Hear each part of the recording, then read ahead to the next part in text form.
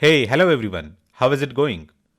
Welcome to the very first episode of Bash Shell commands with Unix, Linux, Mac OS, and FreeBSD. So, this is a very comprehensive course, and we are going to learn the Bash Shell in detail. We are going to learn the commands and shell scripting in this course. Now, the commands that we are going to learn in this course will work with any Unix operating system. They will work with any distribution of Linux. They will work with Mac OS, and they will also work with FreeBSD. And if there is any other Unix-like operating system, then all these commands will work on that particular system. And not only with Bash shell, these commands are general commands, general Unix commands. They will work with almost any shell on any Unix-like system. So I'm going to use my favorite Linux computer Raspberry Pi with Raspberry Pi OS as the preferred platform for this entire series.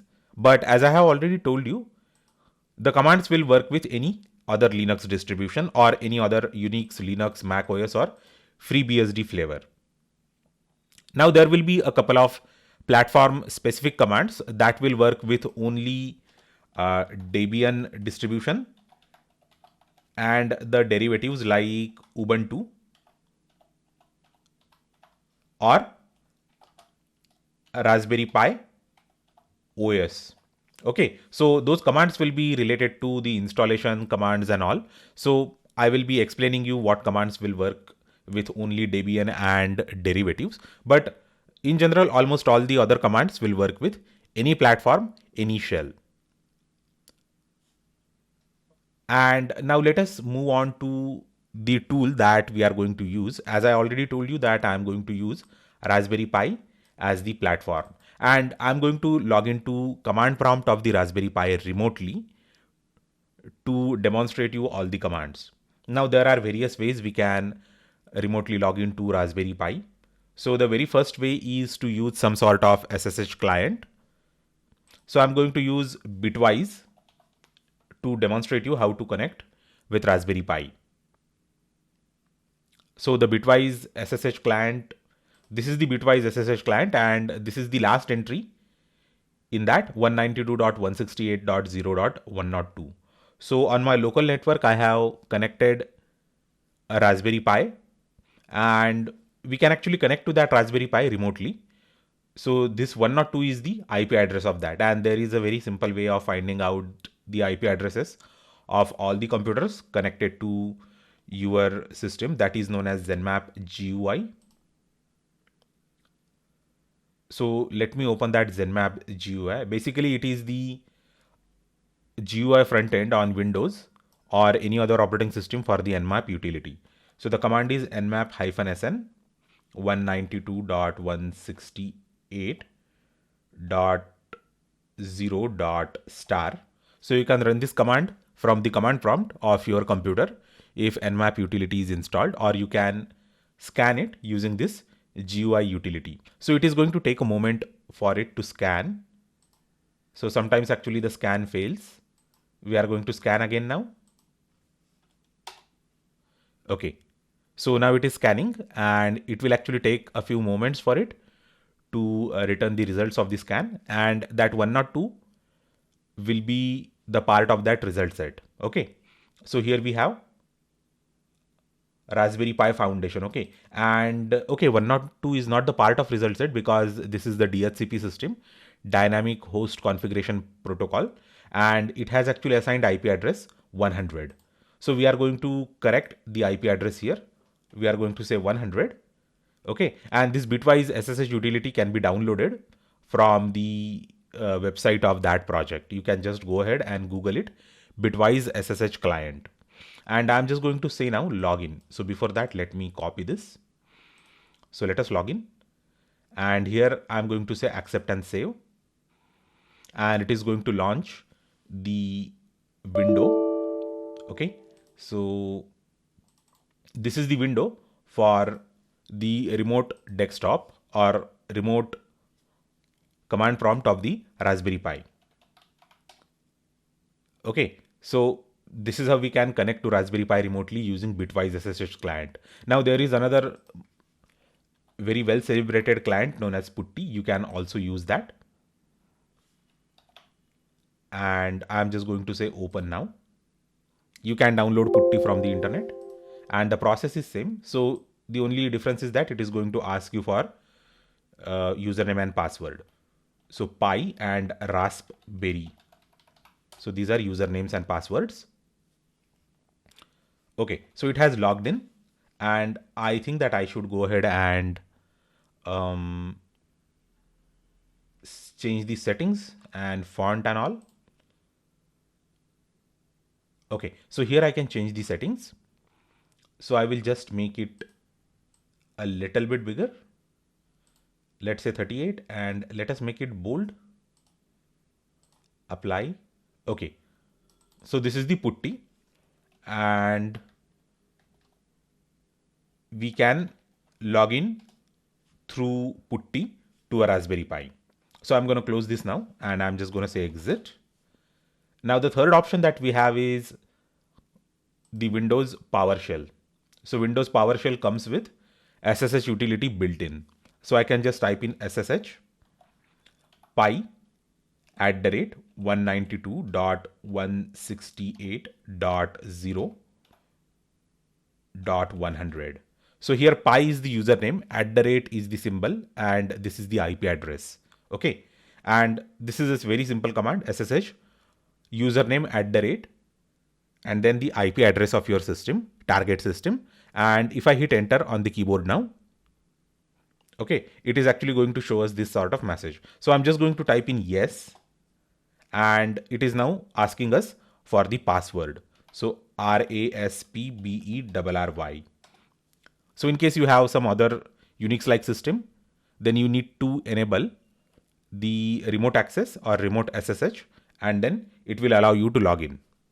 And this is the command prompt of the Raspberry Pi. So we can use this one also. Okay, so this is OpenSSH SSH client through Windows PowerShell. So in case you have a Windows system, you can download the PowerShell client from internet, and that is also a very good interface through which you can log into a remote system. And there is another client known as MobaXterm, MOBA and XTERM. So it is loosely abbreviated as like mobile X terminal thing. And here you can actually have multiple windows for remote login. So I'm going to start a local command and I'm going to run the command that I ran on my Windows PowerShell again. So that command was SSH Pi @192.168.0.102. So it actually gives you color interface and all. So it is very convenient for all the people who are going to use some sort of Unix-like system and going to log into that Unix-like system remotely. So this is the most advanced client that I have used till now because it has got everything. Okay, so now I'm going to hit enter and I'm going to say Raspberry when prompted for password. Okay, and it says that remote host identification has changed, and I'm just going to say okay, and let us say RASPBERRY. Okay, so this way we have logged into the Raspberry Pi. Okay, and so we have seen just now 4 ways or the 4 different clients to log into your remote Linux or Unix like system. So the first one was Bitwise SSH client, then we had Putty, then we used the SSH utility available in the PowerShell, and finally we used another client. It's a very advanced client known as MobaXterm. So throughout our lectures, we will be using either the remote SSH from PowerShell or this MobaX terminal client. And let me try to open cmd.exe and let us see if that SSH utility is available in CMD. So if I just type in SSH and hit enter, okay, so even our command prompt has got actually the SSH utility. Okay, so let me just reopen it, CMD. I prefer not using CMD because it is kind of very old and it doesn't have actually as many facilities as PowerShell has. Okay. So I can just say SSH and pi at the rate 192.168.0.100. And if I hit enter, it will ask me for password. And yes, so this is the command prompt of the Raspberry Pi. And I also have Cygwin installed, if I remember it correctly, SCYG. So this is Cygwin 64 terminal. It actually allows you to have Unix-like interface on your Windows system. Okay, you can run a lot of Linux or Unix commands on this.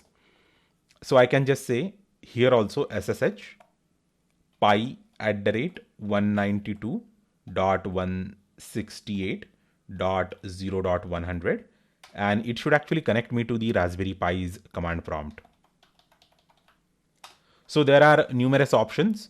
You can just go ahead and Google for all these tools and you will find the link for the downloadable files for all these clients. Okay, so now this is the OpenSSH client through Cygwin. So go ahead and try to install any one of these clients. Any one of these clients will work just fine for you when you are going to use the command prompt of Raspberry Pi or any Linux-like systems or Unix-like system. Okay, so now I'm just going to say exit. So now in this tutorial, without even getting started really with the actual commands in the Linux or Unix, we have already learned 3 commands. Okay, so you may be asking which are those 3 commands. So let us review these 3 commands. So the very first command is SSH, correct? So SSH username at the rate IP address RESS or host name. So in case your host has got a name, then you can use host name. We also have learned the command clear. It is going to clear your screen of all the text. And finally, we have learned the command exit. So exit is going to terminate that particular remote SSH session. So now let us run this exit command here and terminate this session.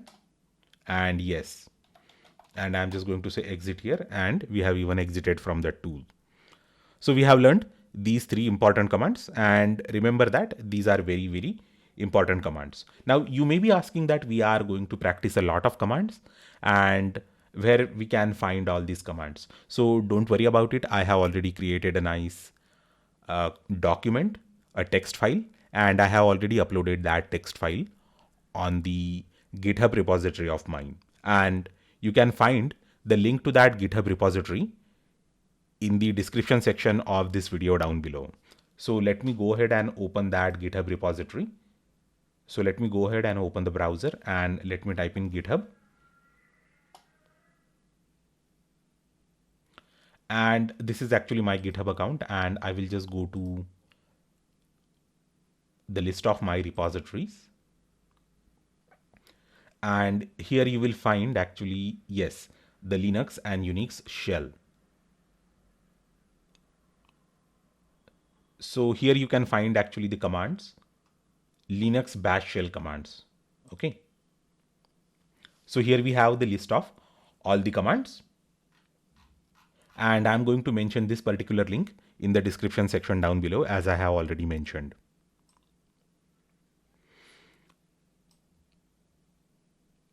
So I guess this much of introduction is enough for getting started. In the next episode onwards, we are going to start learning the actual commands of our shell. So thanks a lot for watching this episode. Do let me know if you have any questions or queries in the comment section down below. In case you do not want to wish to miss the further episodes of this bash commands and scripting mega course, then please go ahead and subscribe to my YouTube channel and hit the bell icon. Please do not forget to share, subscribe, and like this video. Thanks a lot once again, and I will see you next time.